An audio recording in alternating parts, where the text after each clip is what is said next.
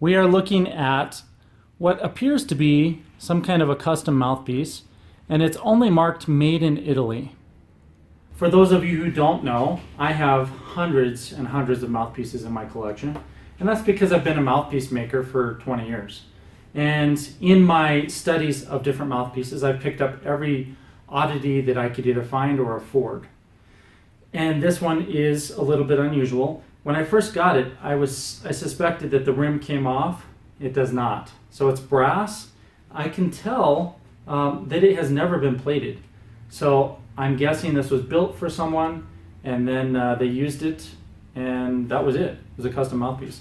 So I want to describe a few features about this, and then give you a little insight on measuring mouthpieces and learning about them, especially if you pick something up that was made completely custom. I'm guessing this was made at least 50 years ago. It's obviously made on a machine, but by hand. And I can tell you how I came to that conclusion here in a minute.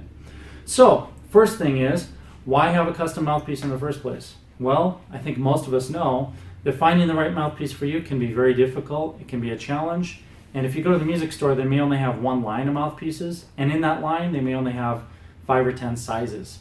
The first thing is, the way that you play, the way that you hold your lips, your embouchure, your aperture control, whether you're a pressure player or not, all those things factor into what kind of mouthpiece may work best for you. And a lot of that comes down to the feel of the rim and the diameter. So this rim is very round. I'm going to get it up close so you can see it. It's a very round rim. And I'm going to compare it to a few other mouthpieces. Let's pick up this Monette. This is a BL 84. So we'll compare the two.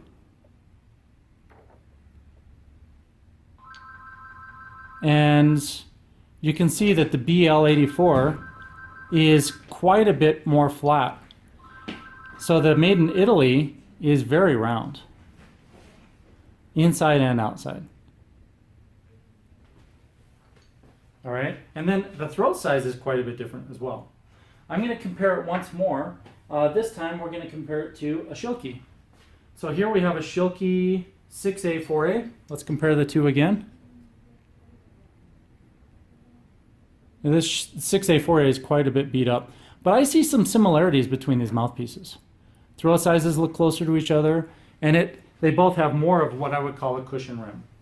So let's explore this for a minute. How could you measure the contour of this mouthpiece?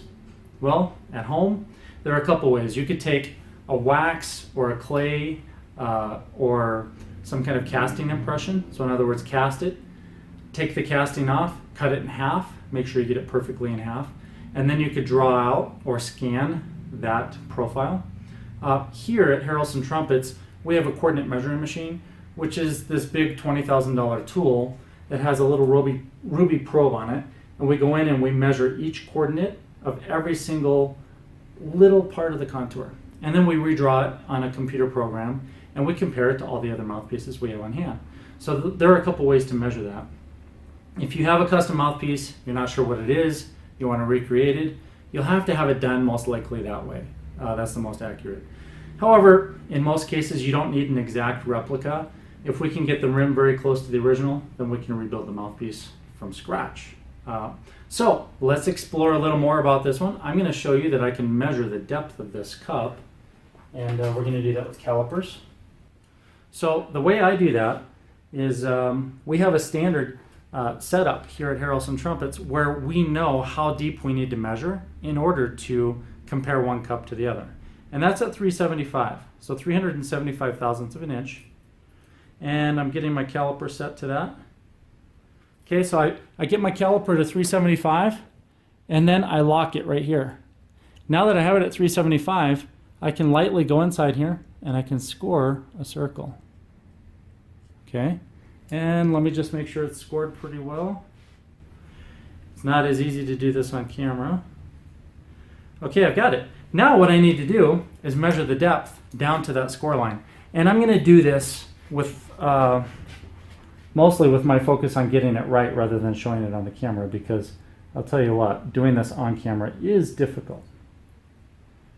And there it is. It's a 219. Okay, so 219 thousandths of an inch is what we get for the depth of this cup.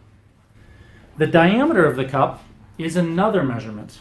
We can do that by putting our caliper to 120.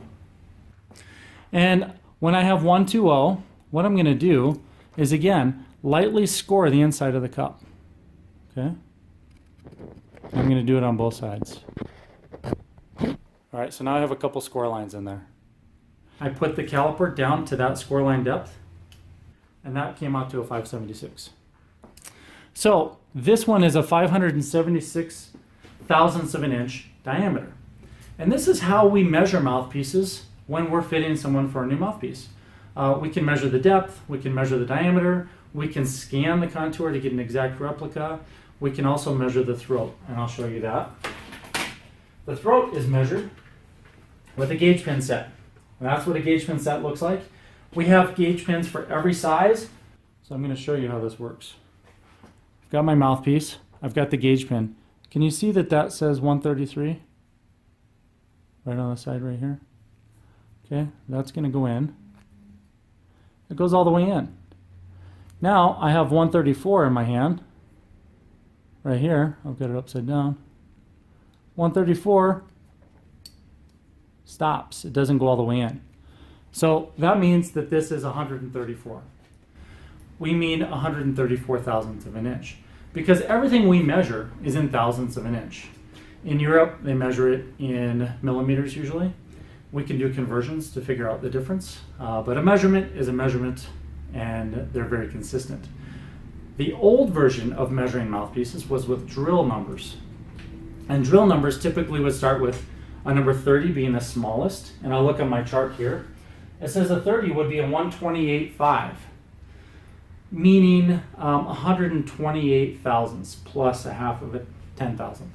And then a 29 would be a little bigger, 28 a little bigger. The issue with using those numbers is that the drill sizes are not equal increments.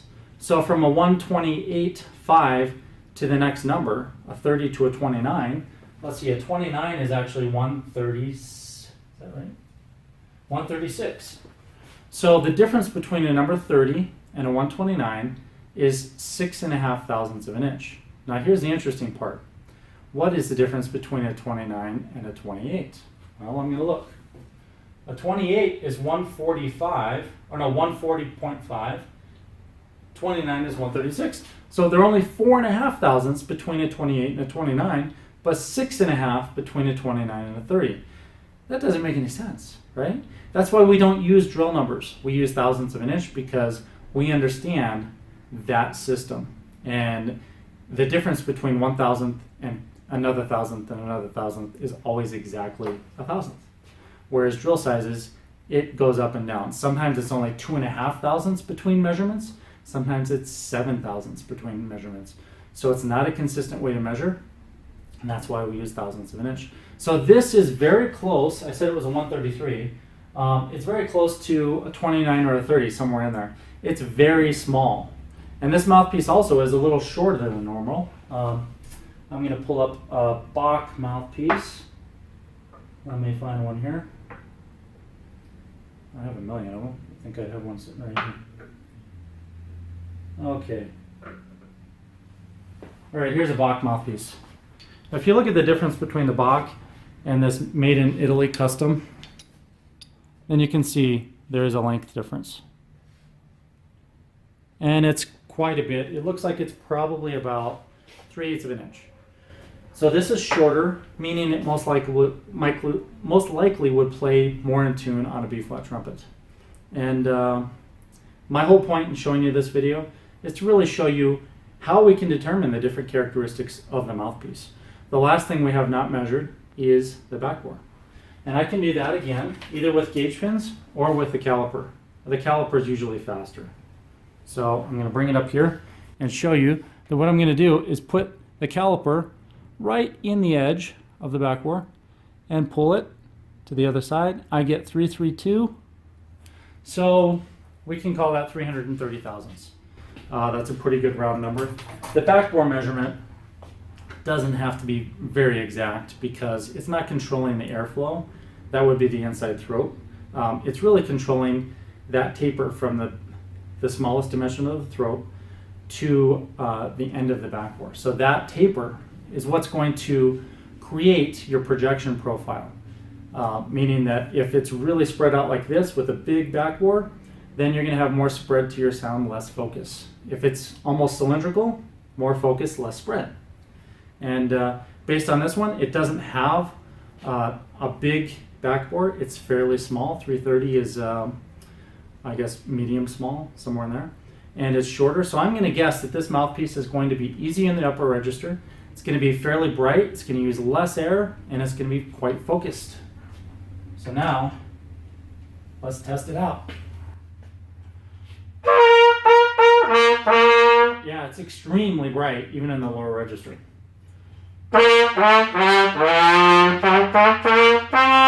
It's almost edgy. It's so bright. I'm going to try to play it soft now.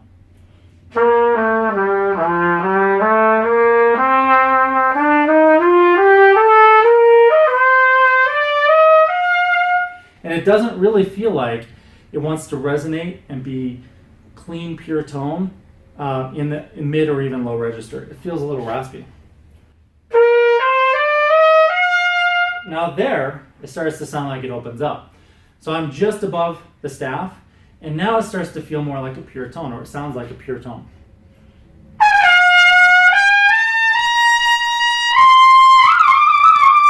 Now it's starting to find a sweet spot. I can hear it.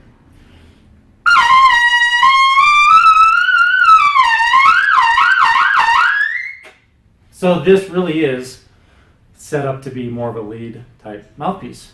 And I would say that with that really wide cushion rim and how round it is, it was probably designed for someone who uses more pressure than maybe they needed to, because that would give you more surface area on your lips so that you don't really create a big indent and cut off your blood supply to your lips.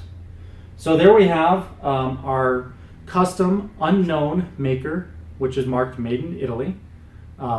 Never plated brass trumpet mouthpiece.